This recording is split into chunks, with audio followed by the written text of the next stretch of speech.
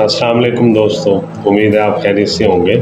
मैं homeo doctor Zaheer, आप देख रहे हैं होम्यो हेल्थ केयर। आज का जो मालूमाती प्रोग्राम है वो कॉन्स्टिपेशन के बारे में, होम्योपैथिक अद्वियात का यानी कब्ज़ के बारे में होम्योपैथिक की जो अद्वियात हैं उसके बारे में हम आज कुछ आपको बताएंगे और कुछ जानने की कोशिश करेंगे कि जो कब्ज़ है इसका सबसे बेहतर तो इलाज यही है कि ग़िज़ा से किया जाए। आप अपनी खुराक को इस किस्म का डाइट प्लान आप रखें अपने पास कि जिसके इस्तेमाल से आपको कब्ज़ का मसला ही ना हो और अद्वियात की तरफ जाना ही ना पड़े और बग़ैर मेडिसिन के लिए आपकी कब्ज़ जो है वो ठीक रहे। उसका सबसे बेहतर तरीका तो ये है कि आप पानी का जो इस्तेमाल है वो ज़्यादा करें। दिन में कम से कम 15 गिलास या इससे ज़्यादा पानी के गिलास जो है वो आप पीने की कोशिश करें। अगर ऐसा करते हैं तो फिर आपको कब्ज़ भी नहीं होगी और इसके साथ साथ बहुत सारे मसाइल जो कि आपको किसी भी उम्र में जाकर पैदा हो सकते हैं उनसे भी बचे रहेंगे। मिसाल के तौर पर पानी ज़्यादा पीने वालों को जो है वो गुर्दों का मसला नहीं बनता, उनके स्टोन नहीं बनता गुर्दे में और मसाने के मसलों से वो बच जाते हैं। मैदे की बहुत सारी तकलीफ़ से बचे रहते हैं और उनका वज़न नहीं बढ़ता, मोटापा नहीं होता और पानी के ज़्यादा पीने के बहुत सारे फ़वाइद हैं जो कि आप टॉक्सिन्स का इखराज होता रहता है जिस्म में से, फासद मादे या जहरीले मादे या नुकसान देने वाले मादे जो हैं वो जिस्म से निकलते रहते हैं पेशाब के ज़रिए से और आपका जो स्किन के ऊपर इसका इम्पेक्ट बहुत अच्छा पड़ता है। स्किन आपकी फ्रेश रहती है और हेल्दी रहती है और आपका वज़न नहीं बढ़ता, मोटापा नहीं आता। जिस्म के अंदर जो गैसेस हैं बहुत सारी पैदा होती हैं जो और उसके बाद वो पूरे खून में शामिल होकर फिर उनके बाद असरात जो सामने आना शुरू होते हैं वो उनसे आप बचे रहते हैं। गैसेस का जब बहुत ज़्यादा बॉडी के अंदर गैसेस बनना शुरू होती हैं तो वो फिर प्रेशर डेवलप करती हैं जिसकी वजह से वो सर की तरफ प्रेशर जाता है और फिर कब्ज़ जिन लोगों को अक्सर रहती है उनमें गैसेस का इखराज भी ज़्यादा होता है और वो गैसेस भी ज़्यादा बनती हैं और इस तरह से जब वो गैसेस ज़्यादा डेवलप होना शुरू हो जाती है, ज़्यादा बनना शुरू हो जाती है तो फिर वो सर में अक्सर दर्द रहने की शिकायत पैदा हो जाती है और ऐसे मरीज़ों को अक्सर सर में जो दर्द है वो रहता है। और मेल जो मरीज़ हैं जो कि मेल पर्सन है उनमें अगर कब्ज़ काफ़ी अरसे तक कॉन्स्टिपेशन का मर्ज़ बरकरार है, कॉन्स्टिपेशन में वो मुब्तला रहे, ऐसे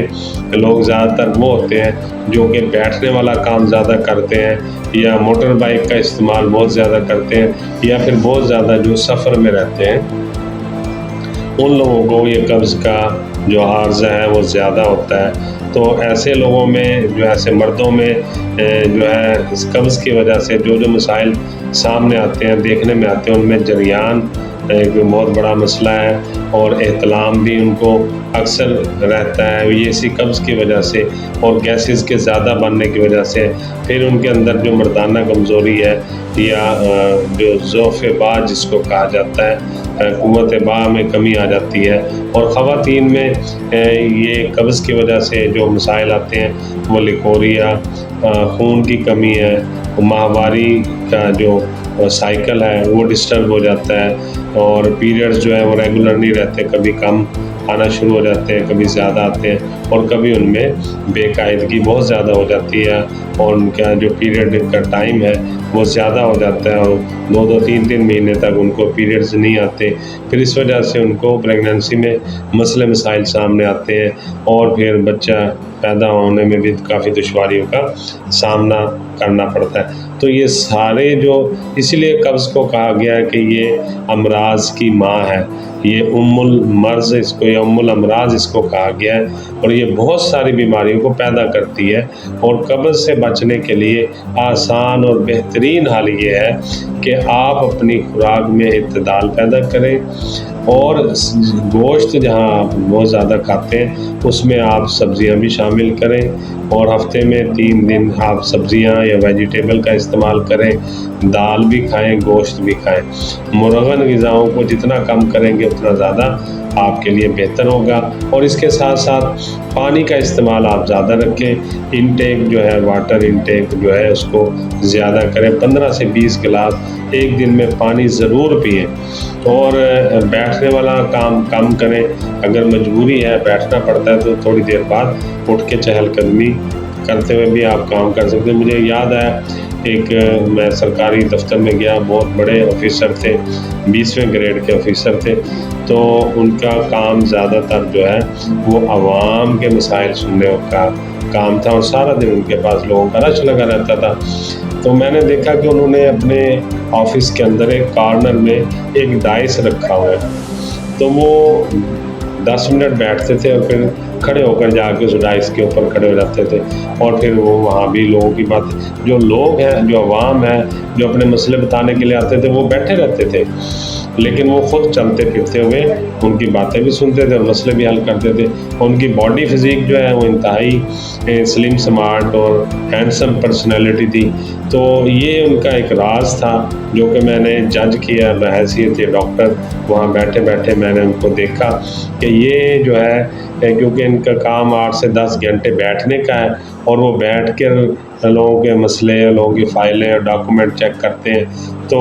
उन्हें जो है इस वजह से कोई दिक्कत आ रही होगी, वज़न बढ़ रहा होगा या कब्ज़ हो रही होगी या कोई और मसले मसाइल आ रहे होंगे, तो उन्होंने अपने ऑफिस में ही, क्योंकि ऑफिस बड़े बड़े होते हैं सरकारी ऑफिसर्स के, और जो 20वें ग्रेड के ऑफिसर्स हैं और जिनका काम ही पब्लिक से इंटरेक्शन है, पब्लिक के मसले सुनते हैं, तो वो बड़े ऑफिस में क्योंकि बैठने की कैपेसिटी ज़्यादा होती है, लोगों की पंचायतें भी सुननी होती हैं और 2 ग्रुपों के आपस में मसले मसाइल सुनने होते हैं, इसलिए वहाँ पे रूम बड़े होते हैं और उसमें बैठने की कैपेसिटी भी ज़्यादा होती है, कुर्सियाँ वगैरह भी ज़्यादा लगी होती हैं। तो उन्होंने, जो ऑफिसर थे, उन्होंने उसको मैनेज किया और अपने लिए एक डाइस उन्होंने उसको कमरे के कॉर्नर में भी खड़ा कर दिया। अब वो लोगों की बातें जो हैं वो लोगों के सामने रहते हुए सुनते थे। अगर कोई कागज़ चेक करना पड़ता था तो उसी डाइस पे रख के वो डॉक्यूमेंट भी देख लेते थे। तो इस तरह से उनको जो बैठने का ज़्यादा देर काम है उसमें ज़रा उन्होंने अपने लिए बेहतरी पैदा कर ली। तो आप भी अगर बैठने का काम बहुत ज़्यादा करते हैं तो उससे आपके, मैंने बताया कि कब्ज़ होने का एक बहुत बड़ा इशू वो उन लोगों को आता है जो बैठने का काम जिनका ज़्यादा होता है। तो आप अपने लिए कोई ऐसा काम अपने ऑफिस में या अपनी सीट पे या इर्द गिर्द आप कोई ऐसा इंतज़ाम करें कि जिसमें आपको ज़्यादा बैठना ना पड़े, तो आप चलते फिरते हुए भी लोगों का काम कर सकें या जो भी ड्यूटी आपकी है वो कर सकें। पेट में जो गैसेस भर जाती हैं कब्ज़ की वजह से, क्योंकि आगे जो कब्ज़ कॉन्स्टिपेशन की वजह से जो स्टूल है वो हार्ड हो जाता है और मकद के आगे एक ब्लॉकेज पैदा कर देता है, उससे जो गैसेस हैं उसका इखराज नहीं हो सकता और पेट के अंदर गैसेस भरने लग जाती है और जमा हो जाती है, जिससे तबीयत में जो है अजीब सी गिरानी पैदा हो जाती है और उसमें इज़्तिराबियत वाली कैफ़ियत जो है वो पैदा होना शुरू हो जाती है। आप जानते हैं कि इंसानी जिस्म जो है वो नहायत एक नफीस किस्म की तबीयत का हामिल होता है और जब इसमें गंदगी जमा हो जाए और उसमें गैसेस और टॉक्सिन्स इकट्ठा होना शुरू हो जाए तो इंसान के दिलो दिमाग में जो है बेचैनी पैदा हो जाती है और इज़्तिराबियत वाली कैफ़ियत पैदा हो जाती है और चेहरे पर जो है वो भी आप देखें कि ऐसे असरात नमूदार हो जाते हैं जिनसे ये लगता है कि इंसान नहायत थका हुआ या फिर उदास है या फिर किसी बीमारी के बाद अभी अभी तंदुरुस्त हुआ है। पेट में अगर मैदे में या पेट में इन्हीं वजूहात के बिना पर अगर कभी दर्द हो और कभी ऐसा पेट के अंदर ईंठन पैदा हो जाए तो आप देखेंगे कि आप में बहुत ज़्यादा सुस्ती और काहली और असाब में थकावट का एहसास पैदा हो जाता है, फिर सही तरह से नींद भी नहीं आती और फिर बहुत ज़्यादा कब्ज़ के मरीज़ों को जो एक और बड़ा मसला दरपेश होता है वो ये है कि उनको पाइल्स का मसला बन जाता है और क्योंकि कब्ज़ की वजह से जब पखाना करते हैं, ज़ोर लगाते हैं, उसकी वजह से जो मकद के हैं साइडें हैं या मकद का जो मुंह है उसमें वो चिर जाता है उसके अंदर खराशें पड़ जाती हैं और उसकी वजह से वहाँ पर बवासीर या पाइल्स होने का अंदेशा भी लगा रहता है। और अक्सर मरीज़ों को कॉन्स्टिपेशन की वजह से ही पाइल होता है और कब्ज़ों की वजह से ही बवासीर होती है। और फिर इसके अलावा इसमें जो है और मसाइल भी खुदा न खास्ता बहुत सारे देखने में आते हैं, जैसे कि मसाने के और गुर्दे के भी मसाइल जो है वो कब्ज़ की वजह से नमूदार होते हैं और मुख्तलिफ़ बीमारियों का जो मसाना और गुर्दा है वो शिकार हो जाते हैं। आंतड़ियों में क्योंकि पखाना जो है वो जमा होता रहता है और वो पड़ा रहता है, जिसकी वजह से जो खून के अंदर फासद मादे शामिल होकर मुख्तलिफ़ किस्म के जल्दी अमराज पैदा करते हैं। और जो है डॉक्टर्स के पास जब जाया जाता है तो वो एलर्जी की मेडिसिन दे देते हैं और एलर्जी की अद्वियात दे देते हैं और इस तरह से मरीज़ वो अद्वियात खाता रहता है, मगर वो जल्दी अमराज जो है वो ठीक होने में नहीं आ रहे होते, जिसकी असल वजह कब्ज़ है, कॉन्स्टिपेशन है। क्योंकि आपकी आंतड़ियों में आपकी बड़ी आंत में या छोटी आंत में जो है फुजला है या पखाना है वो पड़ा रहता है और पड़े पड़े वो गल सड़ जाता है और बाहर नहीं निकल सकता, प्रॉपर उसका अखराज पूरा नहीं होता। जैसा कि एक आदमी सुबह बाथरूम में जाता है और थोड़ी देर के बाद वो बिल्कुल फरागत के साथ बाहर आता है, तो बहुत सारे लोग ऐसे हैं जो कि बाथरूम जाते हैं मुकम्मल फारिग नहीं होते, उनको ये एहसास रहता है कि अभी उनके अंदर सही तरह से उनको पखाना जो है वो नहीं आया, अभी कुछ कमी रह गई है और उसके बाद वो दोबारा फिर दोपहर को जाते हैं, फिर इसी तरह रात को। इससे फिर जो है ऐसे लोगों को जो IBS का मसला भी हो सकता है, इरिटेबल बाउल सिंड्रोम जिसको कहा जाता है, और बहुत सी मसाइल हैं, फिशर है, फिस्टुला है, पाइल्स है, या खुदा न खास्ता ख़वातीन में जो है और मर्द हज़रात में जो जिनसी बीमारी है, जैसे ख़वातीन में लिकोरिया है या हैज़ की बेकायदगियाँ हैं, मर्दों में जरियान है, एहतलाम वगैरह है या क़ुव्वत बा में कमी है। और कब्ज़ का एक और बहुत बड़ा नुकसान ये है कि वक्त से पहले ये बुढ़ापा तारी कर देती है और आपकी जो